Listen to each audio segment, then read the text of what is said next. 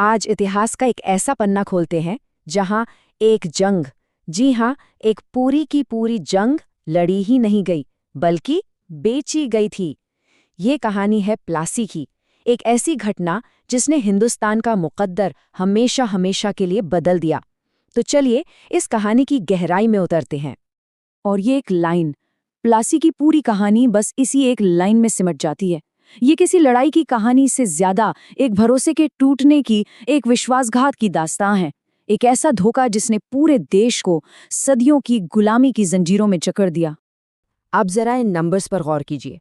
मतलब कागज पर तो ये कोई मुकाबला था ही नहीं, है ना। एक तरफ देखिए बंगाल के नवाब की 50,000 की विशाल सेना, और दूसरी तरफ मुट्ठी भर सिर्फ 3,000 अंग्रेज सिपाही। कोई भी कहेगा कि जीत तो तय थी। तो फिर आखिर ऐसा हुआ क्या? ऐसा क्या हो गया कि पूरी बाजी ही पलट गई? तो इस कहानी का पहला अध्याय वो शुरू होता है बंगाल के नवाब से। एक ऐसा शासक जिसे अपनी ताकत और अपने लोगों पर कह सकते हैं अटूट विश्वास था।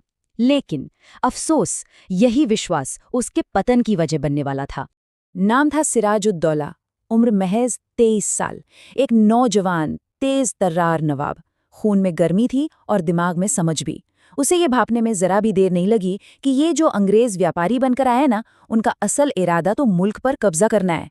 तो भाई उसने उन्हें उनकी हद दिखाई, सीधा कलकत्ता पर हमला कर दिया। और इसी के बाद हुई वो मशहूर ब्लैक होल की घटना। कहते हैं कई अंग्रेज कैदियों की एक छोटी सी कोठरी में दम घुटने से मौत हो गई थी, और इस एक घटना ने लंदन तक में तहलका मचा दिया था। लेकिन सिराज एक बहुत बड़ी, एक जानलेवा गलती कर रहा था। उसे लगता था कि उसके अपने, उसके वफादार उसके साथ हैं, पर उसे इस बात की भनक तक नहीं थी कि वो जिसे अपना समझ रहा है, उसी के दरबार में कुछ आस्तीन के सांप उसकी पीठ में छुरा घोंपने की पूरी तैयारी कर चुके थे। और बस यहीं से कहानी का रुख पूरी तरह बदल जाता है। अब बात मैदाने जंग की नहीं रह गई थी।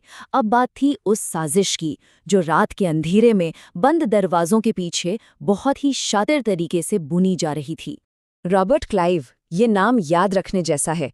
वो जानता था, बहुत अच्छे से जानता था कि मैदान में सिराज की 50,000 की फौज से जीतना नामुमकिन है। तो उसने वो हथियार चुना जो तलवार से भी कहीं ज्यादा खतरनाक होता है। और वो हथियार था धोखा। क्लाइव का निशाना कौन बना? सीधा नवाब का सबसे बड़ा सेनापति मीर जाफर। सौदा एकदम साफ था। मीर जाफर, उसे चाहिए थी बंगाल की गद्दी, बंगाल का सिंहासन, और अंग्रेजों को उन्हें चाहिए था बंगाल का बेशकीमती खजाना। इस साजिश में उनका साथ दिया उस वक्त के सबसे अमीर बैंकर जगत सेठ ने। सोचिए, इन तीनों ने मिलकर अपने ही मुल्क का, अपनी ही जमीन का सौदा कर डाला। मीर जाफर की आंखों पर महत्वाकांक्षा का ऐसा पर्दा पड़ा था कि उसने अपनी वफादारी, अपनी जमीर, अपना देश, सब कुछ सिर्फ एक सिंहासन के लिए बेच दिया। तो अब चलते हैं कहानी के उस मोड़ पर, उस दिन पर जब इस पूरी साजिश को अंजाम दिया जाना था। प्लासी का मैदान तैयार था, जंग का बिगुल बज चुका था। लेकिन इतिहास गवाह है कि वहां एक पूरी की पूरी सेना बस खामोश खड़ी रह गई। तारीख थी 23 जून 1757। नवाब सिराजुद्दौला ने अपनी विशाल सेना को हुक्म दिया, हमला। लेकिन तभी एक बहुत ही अजीब, एक खौफनाक मंजर सामने आया। नवाब की फौज का एक बहुत बड़ा हिस्सा, जिसकी कमान मीर जाफर के हाथ में थी, अपनी जगह से 1 इंच भी नहीं हिला, बस खड़े रहे जैसे कोई तमाशा देख रहे हों। सिराज भागा भागा मीर जाफर के पास पहुंचा। कहते हैं उसने गिड़गिड़ा कर कहा, मुल्क की इज्जत बचा लो। लेकिन मीर जाफर ने तो धोखे का आखिरी दाव भी तैयार रखा था। उसने बड़ी चालाकी से नवाब को सलाह दी कि हुजूर, आज का दिन लड़ने के लिए ठीक नहीं है, मैदान से पीछे हट जाइए। और जैसे ही उस भोले नवाब ने अपने गद्दार सेनापति की बात मानी और पीछे हटने के लिए मुड़ा, अंग्रेजों ने हमला कर दिया। ये कोई जंग नहीं थी, ये एक सोचा समझा कत्ल था। सिराज को पकड़ लिया गया और फिर बड़ी बेरहमी से मार डाला गया। तो मीर जाफर को उसका इनाम मिला, सिंहासन मिल गया।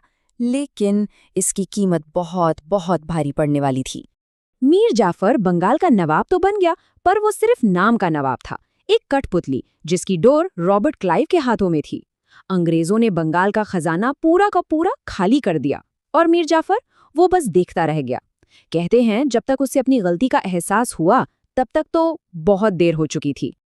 ये धोखा इतना बड़ा था, इतना शर्मनाक था कि इतिहास इसे कभी भूल नहीं सका।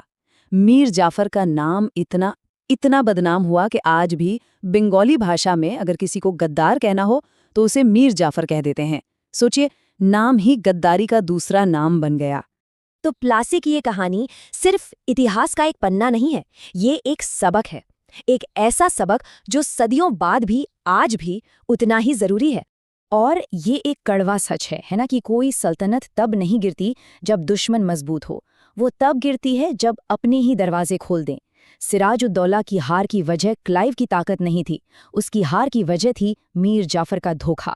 ये बात सोचने पर मजबूर करती है कि सिर्फ अगर उस दिन मीर जाफर ने गद्दारी ना की होती तो शायद हिंदुस्तान का इतिहास आज कुछ और ही होता।